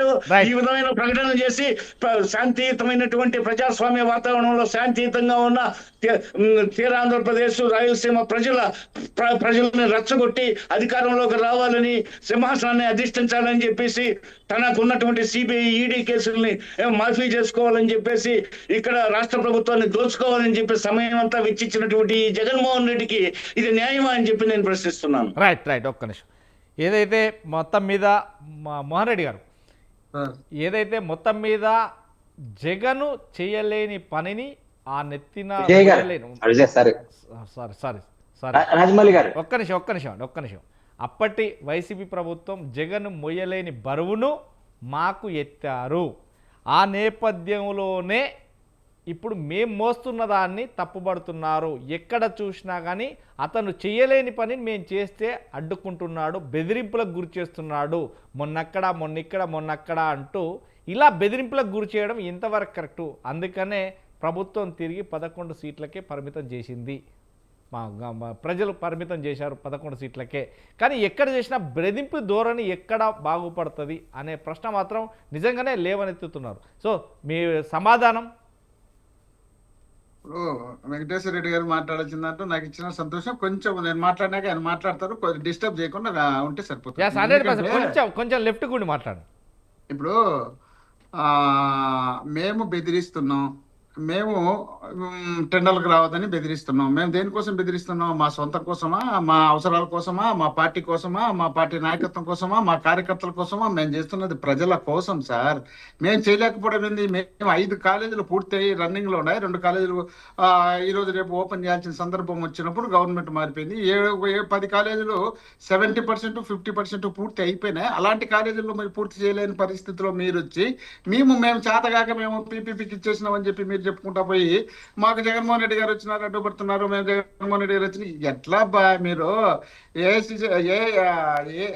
మన విశాఖపట్నం పారిశ్రామికవేత్తలకు సంబంధించిన సమ్మెలో అంతకుముందు జగన్మోహన్ రెడ్డి గారు ముఖ్యమంత్రిగా ఉన్నప్పుడు చేస్తే 12 లక్షల కోట్ల రూపాయల ఒప్పందాలు జరిగిన తర్వాత దాన్ని మీరు యాజ్ గా చేసుకుని అక్కడ ఉన్నటువంటి ఆదాని కొడుకు కానీ ఇతరులు కానీ చెప్పడం కూడా జరిగింది. ఇది ఇంతకుముందు జగన్మోహన్ రెడ్డి గారు ఉన్నప్పుడే మేము అక్కడ గూగుల్ సెంటర్ ఓపెన్ చేసినామని చెప్పడం జరిగింది. ఆ తర్వాత ఇంతకుముందు మాట్లాడిన వాళ్ళందరూ అదే విధంగా చెప్పడం జరిగింది. మీరు మీ గురించి కేసీఆర్ గారు మొన్న అన్నారు, స్టార్ హోటల్లో ఉన్నటువంటి వెయిటర్లను తీసుకొచ్చి అక్కడ కూర్చోబెట్టి వాళ్ళ కోట్లేసి వాళ్ళతో కూర్చోబెట్టి మాట్లాడించి వాళ్ళని ఏదో పెద్ద పారిశ్రామికవేత్తలాగా ప్రచారం చేస్తున్నారు చంద్రబాబు నాయుడు గారని స్వయంగా ఒక్క నిమిషం కేసీఆర్ గారు స్వయంగా కేసీఆర్ గారు మీ పార్టీలో పనిచేసినటువంటి కేసీఆర్ గారే చెప్పినారు. మేము కూడా చెప్పలేదు అది. ఎందుకంటే రాష్ట్రం పరువుకు సంబంధించినటువంటి వ్యవహారం కాబట్టి దీన్ని బయట పెడితే బాగున్నదనే ఉద్దేశంలో భాగంగా మేము ఎక్కడ మాట్లాడలేదు. మెడికల్ కాలేజీలకు సంబంధించి వచ్చినప్పుడు మీరు 1,00,000 కోట్లు విలువ చేసే మెడికల్ కాలేజీలు ప్రైవేట్ వాళ్ళకు ఒకరికో ఇద్దరికో ఇచ్చేసి వాళ్ళను శాశ్వతంగా మీ ఆధీనంలో పెట్టుకుని 30 సంవత్సరాలు ఇస్తారంట, 2 సంవత్సరాలు జీతాలు ఇస్తారంట, తర్వాత రెన్యువల్ చేసుకుంటారంట, ఆ తర్వాత రెన్యువల్ 30, 60, 90 సంవత్సరాలు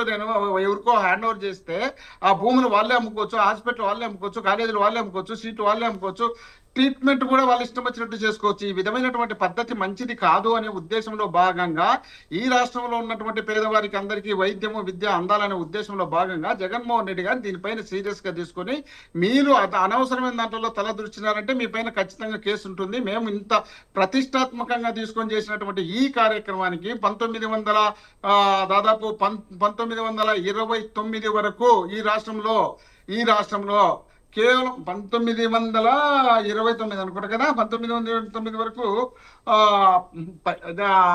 రాష్ట్రంలో కేవలం 12 కాలేజీలు ఉంటే జగన్మోహన్ రెడ్డి గారు ముఖ్యమంత్రి అయిన తర్వాత 17 మెడికల్ కాలేజీలు ఒకటేసారి గవర్నమెంట్ మెడికల్ కాలేజీలు తెచ్చి ఈ రాష్ట్రంలో నరేంద్ర మోడీ గారు ఇంకోరున్నా తీసుకొచ్చినది జగన్మోహన్ రెడ్డి గారి హయాంలోనే 17 మెడికల్ కాలేజీలు వచ్చినాయి. మీరు 15 సంవత్సరాలు ముఖ్యమంత్రిగా ఉన్నటువంటి వ్యక్తులు ఏ ఒక్క రోజున ఒక్క మెడికల్ కాలేజీ తేవాలనే ఆలోచన మీకు వచ్చిందా? ఏ ఒక్క రోజున 108 తేవాలనే ఆలోచన వచ్చిందా? ఏ ఒక్క రోజున 104 తేవాలనే ఆలోచన వచ్చిందా? రాజీవ్ ఆరోగ్యశ్రీ తేవాలనే ఆలోచన మీకు ఏమైనా వచ్చిందా? ఇలాంటివన్నీ జగన్మోహన్ రెడ్డి గారు, రాజశేఖర రెడ్డి గారు తీసుకొస్తే వాటిని మీరు ఈ రోజు నిర్వీర్యం చేయాలనే ఉద్దేశంలో భాగంగా 108 ఈ రోజు తిరగడం లేదు. ఆరోగ్యశ్రీలు పడకలేసినా మేము 25 లక్షలు ఇన్సూరెన్స్ ఇస్తామని చెప్తున్నారు. ఎవరికి వస్తుంది, ఎప్పుడు వస్తుంది, ఎలా వస్తుంది?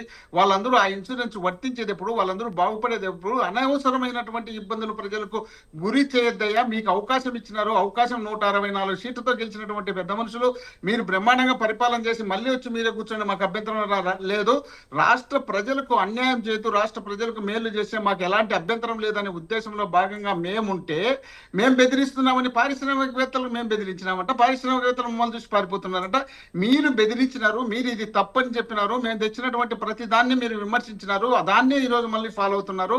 మేము తెచ్చిన ప్రతి పథకాన్ని ఆ రోజు విమర్శించినారు. ఈ రోజు అదే పథకాలు మీరు అమల్లోకి తీసుకొస్తున్నారు, దాంట్లో పేర్లు మారుస్తున్నారు. మీరు చెప్పినటువంటి ఏ ఒక్కటి కూడా సూపర్ 6 లో మీరు కొత్తగా చెప్పినటువంటి ఏటి కూడా పూర్తి స్థాయిలో అమలు చేసిన సందర్భం లేదు. కాబట్టి మీరు ఈ విధమైనటువంటి చెడు ఆలోచనతో పరిపాలన చేస్తున్నారు. మీరు కేవలం వైఎస్ఆర్సీపీ వాళ్ళను టార్గెట్ పెట్టుకొని ఇబ్బందులకు గురి చేస్తే వాళ్ళు మాట్లాడకుండా పోతే మనం ఏం తప్పు చేసినా కూడా అడిగే వాళ్ళు ఉండరు. వాళ్ళు ఇప్పుడు జనంలోకి వస్తున్నారు కాబట్టి, వాళ్ళ మాటలు జనం వింటున్నారు కాబట్టి వాళ్ళని మాత్రమే మనం టార్గెట్ పెట్టాలి, ప్రజలకు ఏం చేయకపోయినా పర్వాలేదు అనే ఆలోచనలో మీరు చేస్తున్నారు. కాబట్టే ఈ విధమైనటువంటి తిరుగుబాటు వస్తుంది. కాబట్టే ఈ తిరుగుబాటులో భాగమే మీకు 1,00,000 కోటి పైన సంతకాలు పెట్టారంటే దాన్ని మనం అర్థం చేసుకోకుండా దాన్ని కూడా మనం తప్పులు పెట్టే కార్యక్రమం చేసుకుంటా పోతున్నామంటే, ప్రజాస్వామ్యబద్ధంగా చేసినటువంటి ఉద్యమాలను కూడా మీరు తప్పులు పట్టే కార్యక్రమం చేస్తే ప్రజల అభిప్రాయాన్ని మీరు ఎగతాళి చేసినట్టు అనిపించినప్పుడు ప్రజలు ఏమనుకుంటారు? మేము స్వయంగా సంతకాలు పెట్టాం, మా దగ్గరికి వైసీపీ వాళ్ళు వచ్చినారు, ఇది రాష్ట్రానికి సంబంధించిన పేద ప్రజలకు సంబంధించినటువంటి సమస్య, ఈ సమస్యను వైసీపీ తీసుకొచ్చి పరిష్కరించాలని వాళ్ళు ప్రయత్నం చేస్తే వీళ్ళు వచ్చి అడ్డుపడుతున్నారు. ఇలాంటి అడ్డుపడే కార్యక్రమం చేయడం తప్పు కదా అని ప్రజలు చెప్తుంటే దాన్ని మీరు అనవసరమైనటువంటి ఇదే పెట్టి మా మీద తిరుగుబాటు చేసి మళ్ళా 11 సీట్లే వచ్చినాయంట, మేము వీళ్ళు బాగా అత్యధిక మెజార్టీతో వచ్చినట్ట, వీళ్ళ పరిపాలన బాగుందంట, మా పరిపాలన బాగలేదంట. అయ్యా, జగన్మోహన్ రెడ్డి గారు ముఖ్యమంత్రి అయిన తర్వాత 1 సంవత్సరం కొత్త పరిపాలనది, ఆ తర్వాత 2 ఏళ్లకే 1 సంవత్సరంలో కూడా ఈ స్థానిక ఎన్నికలు ఇది అదేని మొదలైంది. ఆ మొదలైన తర్వాత మళ్ళీ కరోనా వచ్చింది. కరోనా వచ్చిన తర్వాత 2 సంవత్సరాలు జగన్మోహన్ రెడ్డి గారు కరోనా పరిపాలన సాగించాల్సి వచ్చింది. ఏ ఒక్కరు కూడా ఇంట్లో నుండి బయటికి రాని సందర్భంలో జగన్మోహన్ రెడ్డి గారు బ్రహ్మాండమైన పరిపాలన అందించిన తర్వాత మళ్ళీ 2 సంవత్సరాలు మాత్రమే ఆయనకు పరిపాలన చేసే అవకాశం ఉన్నది. ఆ 2 సంవత్సరాల్లో 1 సంవత్సరం ఎలక్షన్ ఉంటుంది, 1 సంవత్సరం పనిచేసినాడు. అంత తక్కువ టైంలో జగన్మోహన్ రెడ్డి గారు మోహన్ గారు మళ్ళీ వస్తారు. వెంకటేశ్వర రెడ్డి గారు, రాజమౌళి గారు, వెంకటేశ్వర రెడ్డి గారు, ఏదైనా ఆడలేక మధ్యలో దరు అన్నట్టు మేము చేయాలనుకున్నది వాళ్ళు చేయలేకపోతున్నారు. టెండర్ ఒకరు రాకపోయినా కానీ బెదిరింపులకు గురి చేశారు అనేది తప్ప ఇప్పటి వరకు వాళ్ళు చేసింది ఏం లేదు. కేంద్ర ప్రభుత్వం ఇచ్చినటువంటి నేపథ్యంలోనే కేంద్ర ప్రభుత్వం ద్వారానే తీసుకొచ్చి టెండర్ల ప్రక్రియ పూర్తి చేసి, హాస్పిటల్ ప్రక్రియ పూర్తి చేసి గవర్నమెంట్ ఇవ్వాలి తప్ప అది పబ్లిక్ సెక్టర్లకు ఇచ్చేసి ప్రైవేటీకరణ చేసి, నిజంగానే పబ్లిక్ సెక్టర్ నుంచి ప్రైవేటీకరణ చేసి ఒక నలుగురికి మాత్రం కట్టబెట్టి మళ్ళీ అది ప్రజల నోట్లో మన్ను పోయడం తప్ప, ప్రజలను నిజంగా కష్టపెట్టడం తప్ప ఏమి లేదు అనే ఊహాగానాలు బయటికి వస్తున్నాయి. అదే విషయంలో వైసీపీ కూడా ఖండిస్తుంది. ఎలా చూడొచ్చు? నిజంగా కేంద్ర ప్రభుత్వం ఇచ్చినటువంటి దానికి రాష్ట్ర ప్రభుత్వం పీపీపీ మోడల్లో పోతే గనుక, ఒకవేళ వాళ్ళు ఎందుకైనా కానీ ప్రైవేట్ వ్యక్తులకు ఇస్తే అది నిజంగానే ఫ్రీ ఎలా అవుతుంది, ఫ్రీ ట్రీట్మెంట్ కానీ ఫ్రీ ఎలా అవుతుంది, దానికి ఛార్జ్ చేస్తారు, ఖచ్చితంగా ఓపీ ఫీజు కూడా వసూలు చేస్తారు అనేదే వాళ్ళ వాదన. ఎలా చూడొచ్చండి? రాజమౌళి గారు, వైఎస్ఆర్ కాంగ్రెస్ పార్టీకి మీ ద్వారా, తర్వాత మోహన్ రెడ్డి అన్న గారికి, తర్వాత వారికి కూడా నేను సూటిగా కొన్ని ప్రశ్నలు వేస్తాను. వారు ఖచ్చితంగా సమాధానం చెప్పండి. మీరు ఇంకొకసారి ఫుల్ డీటెయిల్డ్ గా దీనికి పెట్టినా కూడా, వారు 1 to 1 వచ్చినా కూడా నేను సిద్ధం. ఇప్పుడు మీకు పీపీపీ, పబ్లిక్ ప్రైవేట్ పార్ట్నర్షిప్. అసలు పబ్లిక్ అంటే ప్రజలు కాదు, ఎవరు వ్యక్తులు పెట్టుబడి పెట్టరు. పీపీపీ అంటే రాష్ట్ర ప్రభుత్వం పెట్టుబడి పెడుతుంది. మీకు హైదరాబాద్ మెట్రో తీసుకోండి, తర్వాత వచ్చి హైదరాబాద్ శంషాబాద్ ఎయిర్పోర్ట్ తీసుకోండి, పీపీపీ మోడల్లోనే జరిగింది. తర్వాత వారు ఇంకొక సందేహం వెలుగుచ్చారు, అంటే ఇది ప్రైవేట్కి ఇస్తారు, మేము రద్దు చేస్తాం అన్నారు. ఆ మాల్దీవులలో జిఎంఆర్ వాళ్ళు ఒక ఎయిర్పోర్ట్ కట్టేకి చేశారు. 4,800 కోట్ల రూపాయలు ఒక 12 సంవత్సరాల కిందట రాజమౌళి గారు యా ఆ ప్రభుత్వంలో మైజీ ప్రభుత్వం వచ్చినప్పుడు వారు దాన్ని వెనక్కి తీసుకున్నారు, రద్దు చేశారు. రద్దు చేసిన దానిలో కూడా ఆ దేశ ప్రభుత్వానికి సంబంధించినటువంటి పెట్టుబడి కూడా ఉంది అందులో. ఇప్పుడు కూడా రాష్ట్ర ప్రభుత్వ పెట్టుబడి కూడా ఉంది ఇందులో. రాష్ట్ర ప్రభుత్వ పెట్టుబడి కూడా ఉంది. ఒకవేళ ఏదైనా జాతీయ సంస్థలలో జాతీయ ప్రాజెక్టులో పెట్టుబడులు పెడితే భారత ప్రభుత్వం కూడా సావర్నిటీ వారంటీ ఇస్తుంది. ఎప్పుడో నెహ్రూ కాలంలో అన్ని ప్రభుత్వమే చేయాలా, చపాతీలు తయారు చేసే మిషన్ల దగ్గర నుంచి అన్ని కూడా ప్రభుత్వమే చేయాలని ఉండింది. కాబట్టి అది కాదు. తర్వాత వైఎస్ఆర్సీపీకి 3 ప్రశ్నలు. వైద్యం, పేద ప్రజలకు వైద్యం చేయటంలో ఆ సంస్థలో ఉన్నటువంటి ఏదన్నా ఇబ్బందులు ఉన్నాయా, 1, 2. తర్వాత ఆ ప్రాపర్టీని అమ్ముకోవచ్చా, తర్వాత 3 వచ్చేసి సీట్లు ఏదైనా విద్యలో రిజర్వేషన్లు కానీ సీట్లు అమ్ముకోవడంలో కానీ ఈ ప్రశ్నకు సమాధానం చెప్పాలి. తర్వాత ఇంకొక ప్రశ్న కూడా అడుగుతుంది. ఇదే జగన్మోహన్ రెడ్డి ప్రభుత్వం 2003లో 2023లో జగన్మోహన్ రెడ్డి ప్రభుత్వం 2 జీవోలు జారీ చేసింది రాజమౌళి గారు. ఒకటి 107, ఒకటి 108. ఉదాహరణకు 100 సీట్లు ఉన్నాయంటే రిజర్వేషన్ ప్రకారము ఏదైతే నీట్ ద్వారా ఎంపికైన మాత్రం కౌన్సిల్లో 50% సీట్లు ఇస్తారు. మిగిలినటువంటి సీట్లలో దాంట్లో ఒక 15 సీట్లు ఎన్ఆర్ఐ కోటా కింద అమ్ముకునేకి, ఏది సెల్ఫ్ ఫైనాన్స్ కింద ఈ జీవోలు ఇచ్చింది. తర్వాత 35% బి కేటగిరీ కింద అమ్ముకోవడానికి. ఎవరికైనా మెడికల్ కాలేజీ గురించి తెలిసిన వాళ్ళకి ఏబిసి ఈ 3 రకాల కేటగిరీలు. ఒకటి ఏ అనేది 15,000 ఆంధ్రప్రదేశ్ లో ఫీజు చదువుకు సంబంధించిన విషయంలో. తర్వాత బికి సంబంధించి 12 లక్షలు, ఎన్ఆర్ఐ కోటా కింద సి 20 లక్షలు. జగన్మోహన్ రెడ్డి గారి ప్రభుత్వం ద్వంద్వ వైఖరి, ఆ పార్టీ వైఖరి ఈ రోజు మాట్లాడుతుంది. దీన్ని భారతీయ జనతా పార్టీ తీవ్రంగా వ్యతిరేకిస్తుంది. ఎందుకంటే మీరు దొడ్డిదారుల జీవో తెచ్చి ఆ రోజు మీరు సమర్పించారు. ఆ రోజు రాష్ట్రంలోని ప్రతిపక్ష పార్టీలన్నీ కూడా ఈ విషయాన్ని చెప్పినప్పుడు సెల్ఫ్ ఫైనాన్స్ కింద కాలేజీలు నడవలేదని చెప్పారు. మీరు చేస్తే ఒకటి, వేరే వాళ్ళు చేస్తే ఒకటి అని ఈరోజు వైఎస్ఆర్సీపీని నేను గట్టిగా మాట్లాడుతున్నాను. చెప్పండి సమాధానం. అదే విధంగా వైద్యం విషయంలో ఇంకా మీరు మనం చదువు విషయంలో అనుకున్నాము, ప్రాపర్టీ, తర్వాత వైద్యం విషయంలో మీరు ఆంధ్రప్రదేశ్ లో మీకు కర్నూలు జిల్లాలో, ఉమ్మడి కర్నూలు జిల్లాలో 2 మెడికల్ కాలేజీలు, ఒకటి నంద్యాలలో ఉంది, 2 కర్నూలులో ఉంది. ఏ ఓపీ తీసుకున్నా కూడా డబ్బులు లేదు. కర్నూలులో నారాయణ కాలేజీలో కూడా డబ్బులు లేదు. చిత్తూరులో అపోలో లేదు. తర్వాత ఇంకా దీంట్లో ఇది లేదు. తర్వాత ఏదైతే వైద్యం ఆపరేషన్ చేయించుకుంటారో పేద ప్రజలు, వారికి ఆరోగ్యశ్రీ వర్తిస్తుంది. తర్వాత 30% బెడ్లు వాళ్ళకు ఏదైనా డబ్బులు వసూలు చేసుకోవడానికి అవకాశం ఇస్తారు. దానికి కూడా రాష్ట్ర ప్రభుత్వం నిఘా ఉంటుంది, పర్యవేక్షణలో ఉంటుంది, సూపర్విజన్ ఉంటుంది. మీకు ఇప్పుడు ఈ రోజు కూడా రాజమౌళి గారు ఆంధ్రప్రదేశ్ లోని ఏ ప్రభుత్వ ఆసుపత్రిలో ఏ ఆపరేషన్ చేయించుకున్నా కూడా ఆ పెద్దలు వినాలి ఈ విషయం, చేయించుకున్నా కూడా ఆరోగ్యశ్రీ ద్వారా డబ్బులు రాష్ట్ర ప్రభుత్వం చెల్లిస్తా ఉంది. ఈ విషయం గుర్తు చేసుకోవాలి. అది మనం వైద్యం విషయం ఫ్రీనా కాదనేది వారి సందేహము. తర్వాత సీట్ల విషయంలో రిజర్వేషన్, రోస్టర్ ఫాలో అవుతున్నారా, సీట్లు అమ్ముకుంటున్నారా అనే విషయం మాట్లాడుతారు. తర్వాత ఇంకొక 3వ విషయం, ప్రాపర్టీని అమ్ముకోవచ్చా అన్నారు. ఏ ప్రాపర్టీ అమ్ముతారు? ప్రాపర్టీ అమ్మితే జైలు పోతారు. ఎందుకంటే రాష్ట్ర ప్రభుత్వానికి అన్ని రకాల హక్కులు, విధులు అన్ని ఉంటాయి. కాబట్టి వారు అమ్ముకోలేరు. ఎవరు అమ్ముకొని ఎక్కడికి పోతారు చెప్పండి? ఈ రాష్ట్రంలో ఈడీ అరెస్ట్ చేసి లోపలేస్తాడు, బొక్కలో వేస్తాడు. అంటే జగన్మోహన్ రెడ్డి గారు ఏంటంటే తాము తెచ్చిన జీవోలను ఆ రోజు సమర్పించారు. ఈ రోజు ప్రభుత్వం చేస్తుంటే దాన్ని వ్యతిరేకించారు. ఇది పాలసీ మ్యాటర్. కేంద్ర ప్రభుత్వం తీసుకున్న నిర్ణయాన్ని జగన్మోహన్ రెడ్డి గారి పార్టీ ఈ రోజు వ్యతిరేకిస్తే ప్రజలు తప్పుదోవ చేసే ప్రయత్నం చేస్తానని తప్ప ఇంకొకటి కానే కాదు రాజమౌళి గారు. తర్వాత ఈ అన్ని విషయాల్లో కూడా వైఎస్ఆర్ కాంగ్రెస్ పార్టీకి స్పష్టత లేదు. ఏ విషయం అడిగినా ఏమంటారంటే వాళ్ళు ప్రైవేట్ అంటే. ఇందులో ప్రైవేట్ కాదండి, ప్రైవేట్ కానే లేదు. పబ్లిక్ ప్రైవేట్ పార్ట్నర్షిప్, పెట్టుబడి పెడుతున్నాడు చూడండి, అతను ప్రైవేట్ వాడు పెట్టుబడి పెడుతున్నవాడు. తర్వాత పబ్లిక్ అనేది ప్రభుత్వానికి సంబంధించినటువంటి పెట్టుబడి ఎంత ఏ శాతమైన. ఈ రోజు మెట్రో ఉంది, మీరు రేట్లు పెంచమని చెప్పండి. రాష్ట్ర ప్రభుత్వ అనుమతితోనే రెగ్యులేటరీ అథారిటీ ఉంటుంది, చేసుకోవాల్సి ఉంటుంది. జాతీయ మెడికల్ కమిషన్ ఉంటుంది, రాష్ట్రంలో ఎన్టీఆర్ యూనివర్సిటీ ఉంటుంది. ఇవన్నీ కాకోకుండా ప్రజలను తప్పుదోవ చేసి పట్టే ప్రయత్నమే చేస్తారు. మేము 1 కోటి పైన సంతకాలు ఈ రోజుగా సంతకాలు చేసింది జనసంఘ్లో 1952లో గోహత్యలకు సంబంధించి 2 కోట్ల పైన మేము సంతకాలు చేపించాము. గోహత్య ఏమన్నా ఉందా మీరు చెప్పండి. గోహత్య గురించి రాజమౌళి గారు మీ ద్వారా ఒక ప్రశ్న అడుగుతారు. చట్టం, ధర్మం, న్యాయం ఈ 3 వేరే, సామాజికంగా స్థితిలో ఉన్న విషయాలు వేరే. ఈ రోజు కౌన్స్ మ్యాటర్స్ అన్ని వెలుస్తున్నాయి. జగన్మోహన్ రెడ్డి గారి ప్రభుత్వానికి కూడా అంతకుముందు తెలుసు. మరి ఆ రోజు 52 నుంచి ఈ రోజు 75 ఏళ్ళు తర్వాత ఏం జరిగింది? కాలేదు కదా. కాబట్టి సంతకాల సేకరణ మేము చేసినాం, బలప్రయోగం చేస్తాం, ఎవరన్నా వచ్చిన వారిని మేము బెదిరిస్తామంటే వారు ఇంకొక చోట పోయి పెట్టుబడి పెడతారు, వ్యాపారం చేసేవాళ్ళు కాదనుకుండా వాళ్ళు ఎక్కడ పడతారు. కాబట్టి వారికి ఏదైనా ఈ విషయం కొనసాగుతుంది. పీపీపీ రాష్ట్ర ప్రభుత్వం ఎన్నికకి పోయే ఉద్దేశమే లేదు. ఎందుకంటే ఇది పాలసీ మ్యాటర్, కేంద్ర ప్రభుత్వం తీసుకున్న నిర్ణయం. దాంట్లో ఒక సెల్ ఒక డిపార్ట్మెంట్ ఏర్పాటు చేస్తున్నారు. పీపీపీకి సంబంధించి మెడికల్ కాలేజీలో నిర్ణయాలు ఎట్లా చేసుకోవాలా, రైట్. సహకారంలో ఉండాలి. కానీ తర్వాత నేను రాజమౌళి గారు ఇంకొక విషయం, భారత ప్రభుత్వం తీసుకున్న నిర్ణయాలలో ఎవరైనా ఈ దేశంలో ఉన్న వాళ్ళు రాజ్యాంగానికి వ్యతిరేకంగా తర్వాత కేంద్ర ప్రభుత్వానికి వ్యతిరేకంగా వ్యాపారం చేయగలిగితే ఉంటారా? ఉండలేరు కదా, ఉండలేరు కదా. మీరు ఏ బ్యాంకులు చెప్పండి, ఏ బ్యాంకులు ఏ విధంగా పనిచేస్తున్నాయి ఈరోజు?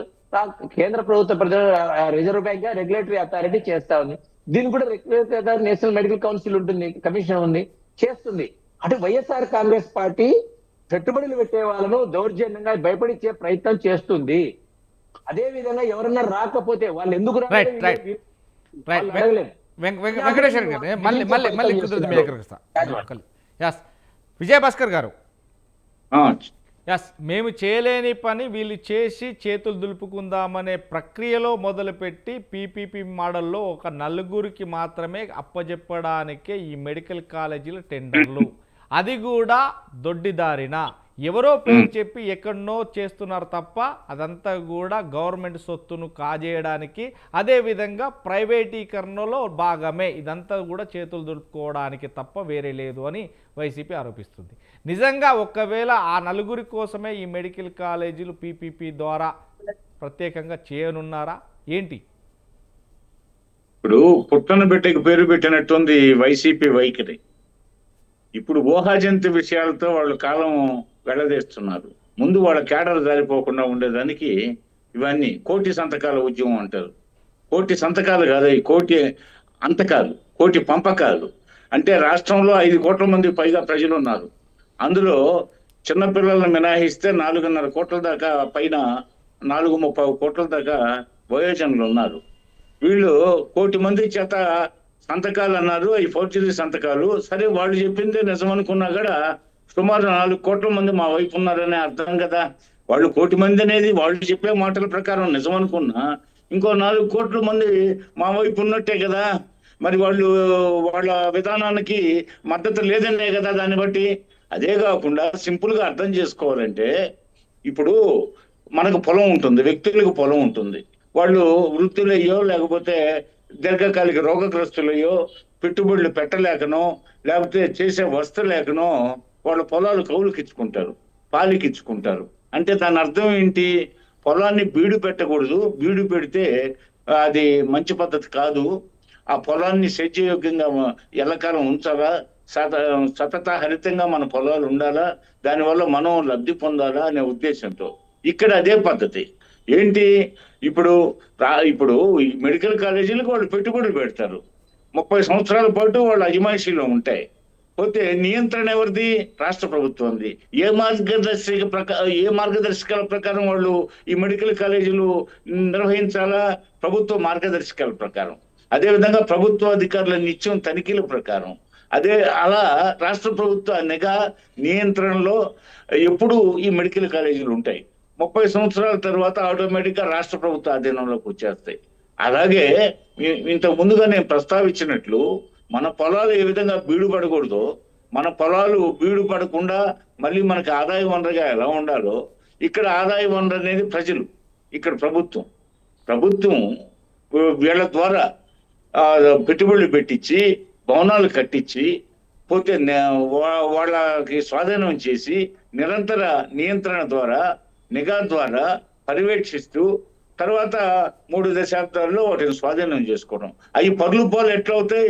ఇందాక మోహన్ రెడ్డి గారు 30 ఇక అది ఆటోమేటిక్ గా వాళ్ళ పరం అవుతాయి అన్నాడు. అది కరెక్ట్ కాదు. మనం చేలు మోహన్ రెడ్డి గారు పొలాలు కౌలుకి, మోహన్ రెడ్డి గారి పొలాలు ఉండొచ్చు, ఆయన కూడా కౌలుకో పాలకి ఇస్తుండొచ్చు. నా పొలాలు కూడా నేను పాలకి కౌలుకి ఇస్తుంటాను. మేము బీడు పెట్టకూడదని. రెండోది, దాని మీద వచ్చే ఆదాయం వదులుకోవం కదా. అదే విధంగా మన చేలు గుడ్డీలు కూడా పోతుంది కదా, బీడు పెడితే బంజరు భూమిగా మారిపోతుంది కదా.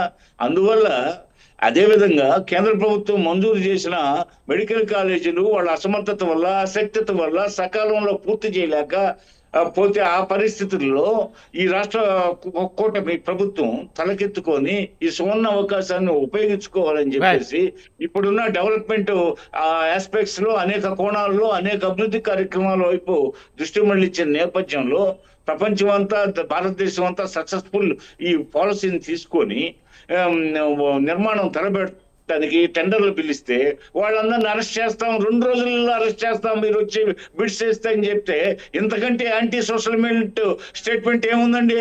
మరి దీన్ని పరిగణలోకి తీసుకోవాలి రాష్ట్ర ప్రభుత్వం అని అందరూ కోరుతున్నారు. నాతో అనేక మంది చెబుతున్నారు. ఇంతకంటే ద్రోహమైంది తుపాకీ పట్టినోడైనా యాంటీ సోషల్ ఎలిమెంట్ ఈ రకమైన ప్రకటన చేసే వాళ్ళు యాంటీ సోషల్ ఎలిమెంట్స్ కాదని పదే పదే అడుగుతున్నారు. కాబట్టి దీన్ని కూటమి ప్రభుత్వం ఆలోచించదా ఆ దిశలో అని చెప్పి కూడా ప్రశ్నిస్తున్నారు. మరి ఈ పద్ధతుల్లో అవుతుందండి నేరం కాదు కదా. మళ్ళీ దాని గురించి ఉంటుంది. ఒక్క చిన్న ఆన్సర్. ఇప్పుడు వెంకటేశ్వర రెడ్డి గారు ఏమంటున్నారంటే బ్యాంకులు ఉన్నాయి కదా, బ్యాంకులు ప్రైవేట్కి ప్రభుత్వానికి ఉన్నాయి కదా, బ్యాంకుల్లో బ్రహ్మాండం జరుగుతుంది అంటే 1000 కోట్ల రూపాయలు బ్యాంకులకు టోపీలు పెట్టి నాయకులు అయినటువంటి వాళ్ళు మన పార్టీలలో మనం వెనకేసుకొని 10,000 కోట్లు, 2,000 కోట్లు, 3,000 కోట్లు దోపిడీలు చేసినారు సార్. దాన్ని దృష్టిలో పెట్టుకోవాలా? రైతు ఎవడన్నా పోయి లోన్ ఇమ్మంటే రైతులకి ఇరు, ఏదైనా పేదవాడు పోయి లోన్ ఇమ్మంటే లోన్ ఇరు. కాబట్టి ఇలాంటివన్నీ ఉంటే ఇలాగనే ఉంటుంది. కాబట్టి ఇలాగ ప్రజలు సొమ్మును తీసుకుని ఎవరికో దానం చేయడానికి ఇది మంచి పద్ధతి కాదనే ఉద్దేశంలో భాగమే తప్ప మాకే వేరే ఉద్దేశం కాదు. మీరు కట్టించగలిగిన చేత కాలేనప్పుడు చేత కాదని చెప్పండి.